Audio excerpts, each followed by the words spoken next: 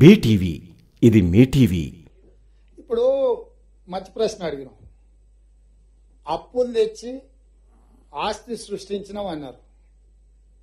Machine Bhagiratha సృష్టించింది అది ఆస్త, కాళేశ్వరం కట్టింది అది ఆస్త. ఏదైనా అప్పు తెచ్చినప్పుడు పెట్టుబడి పెట్టి ఆ పెట్టుబడి ద్వారా ఆదాయాన్ని వచ్చి మళ్ళీ తిరిగి అప్పు కట్టాలి. ఈ రోజు మీ ద్వారా చంద్రశేఖరరావు గారిని, హరీష్ రావు గారిని నేను అడుగుతున్నా. మిషన్ భగీరథకు 50,000 కోట్ల రూపాయలు అప్పు తెచ్చిండ్రు.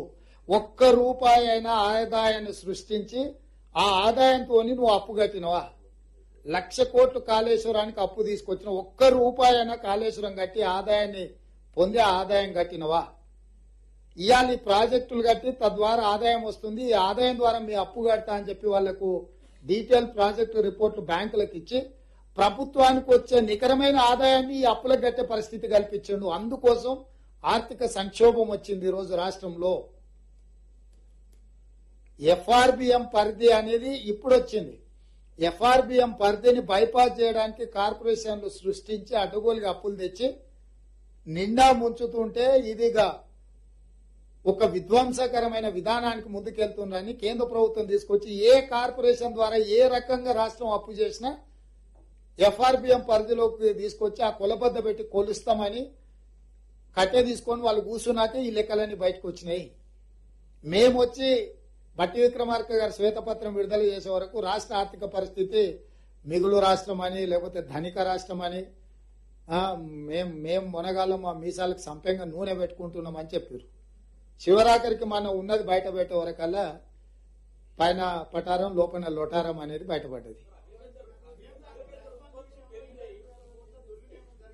అగ్రికల్చర్ ఉత్పత్తి పెరగలేదు స్వామి. అగ్రికల్చర్ ఉత్పత్తిలో చెరుకు పోయింది, పత్తి పోయింది, మిర్చి పోయింది, సోయాబీన్ పోయింది, మొక్కజొన్న పోయింది, కందులు పోయినాయి, అన్ని పోయి వరి వచ్చింది. వరి వచ్చినాక వరేస్తే ఊరేసుకోవాలని ఆయన చెప్పిండు. నెంబర్ 1. పెద్దలు తుమ్మల నాగేశ్వరరావు గారు ఇంకొక మాట చెప్పారు. ఇది ఈయన గొప్పతనం కాదు. తెలంగాణ వచ్చినప్పుడు 18 లక్షల పంపు సెట్లు ఉండే. తెలంగాణ వచ్చిన తర్వాత ఆ పంపు సెట్లు కాస్త 28-29 లక్షలకు పెరిగింది. 11 లక్షల పంపు సెట్లు పెరిగినాయి. కాబట్టి ప్రతి పంపు సెట్ కింద 3 ఎకరాలు 4 ఎకరాలు వరి పండిస్తే 40 లక్షల ఎకరాల వరి పండడం వల్ల పెరిగింది తప్ప ఇందులో ఈ ప్రభుత్వానికి ఏమీ లేదు అని లెక్కలతో సహా వ్యవసాయ శాఖ మంత్రి గారు మొన్ననే అసెంబ్లీలో చెప్పిండు. అంటే వాన కూడా ఈయననే కురిపించినా అండి. గ్రౌండ్లకు వాటర్ ఆయన తెచ్చిపోయలే, కాలం కలిసి వచ్చి వానలు పడి గ్రౌండ్ వాటర్ పెరిగింది. మరి ఈసారి సార్ను ఏమన్నా కూర్చోబెడదాం. మరి ఈసారి 6.5 మీటర్ల నుంచి 8 మీటర్లకు పడిపోయింది గ్రౌండ్ వాటర్. అటు సార్ను పట్టుకొచ్చి కూర్చోబెడతానండి. మీకు గనక ఈ వీడియో నచ్చినట్లయితే మన ఫ్రెండ్స్ అందరికీ షేర్ చేయండి. మీ బీటీవీని సబ్స్క్రైబ్ చేయండి ప్లీజ్. బీటీవీ ఇది మీ టీవీ.